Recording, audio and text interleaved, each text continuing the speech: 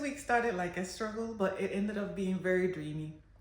If your energy has been completely wiped out lately and you need a little bit of encouragement and some gentle tips about how to turn your week, maybe your day at least, around, this video is for you. Good morning, you. My name is Melody.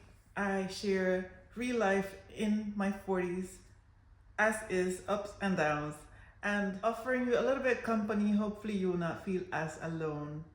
So let me tell you how my energy got completely wiped out this week and how the vibe of the week changed around by going to a walk at Egeskov Castle here in Denmark. As you remember from my last video, I went to a wedding last week. It was wonderful, and I came back home. I'm very happy to have been there, but also very exhausted and kind of tired, very tired. So my plan was to have like a quiet week. Some of the things I had planned for the week was, for example, making like a get ready with me, but also maybe like an unboxing from Amazon, what I have bought from Amazon Germany and so on. But none of that. I had to give up on all of that. First of all, I got my cycle just 2 weeks later after my previous cycle. I'm having some perimenopausal issues and so on. And I've already made up an appointment for the doctors. But anyway, that took a lot of my energy. Just in general, my cycle takes out a lot of energy, and this one did so even more so because I just had it. Then on top of that, I am very allergic, and it is like the middle of pollen and grass season here in Denmark. And my husband and I went for like 10 minutes, like 10-minute walk or outside or so, and I came back in full-blown allergy, like couldn't breathe, my eyes running and so on. And so I ended up like pretty much bedbound the next few couple of days. So, well, after I took my medication and started to recover and so on, finally, one of my friends called and said if we want to come for dinner at their place.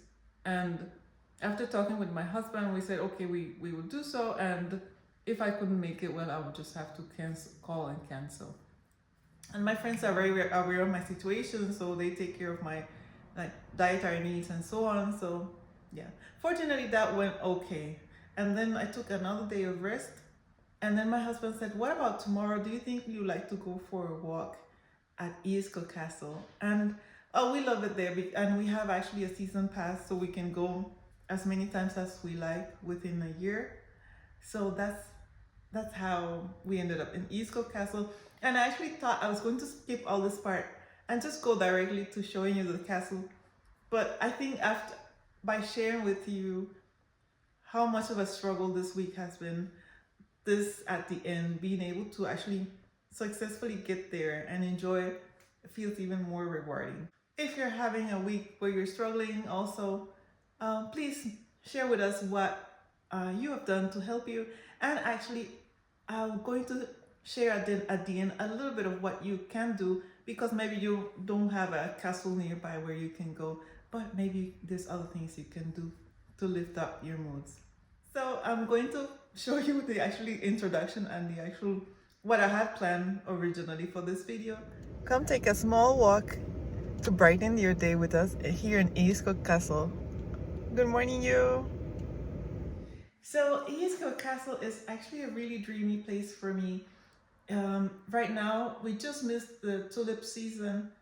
I love tulips. So we normally come here every time, just when the tulips are blooming, and then maybe at the end of the season. But this time, we were busy. I was in Panama. I got sick. So we didn't make it. But this day was a holiday, so we were expecting a lot of crowds. And we still wanted to go, but I didn't have like the energy to like bump into a lot of people or, a lot of noise.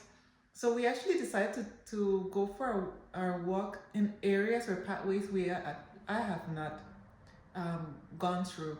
And this is quite remarkable because we've had a season pass for like 2 or 3 years, and I've lived in Denmark over 18 years. And even before I moved to Denmark, I used to come here because it's just so beautiful. So I've known this place for like 19 years.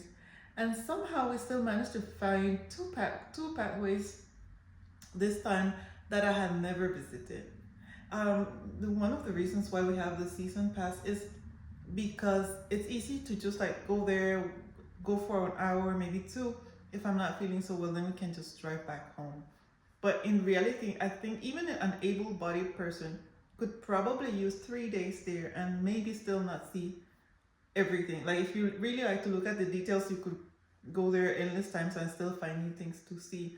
And also they have like different flowers, different gardens, and some of them fall on the season. So you might go to the spring garden, the summer garden, they even have a winter garden and so on. So there's always a little bit to explore.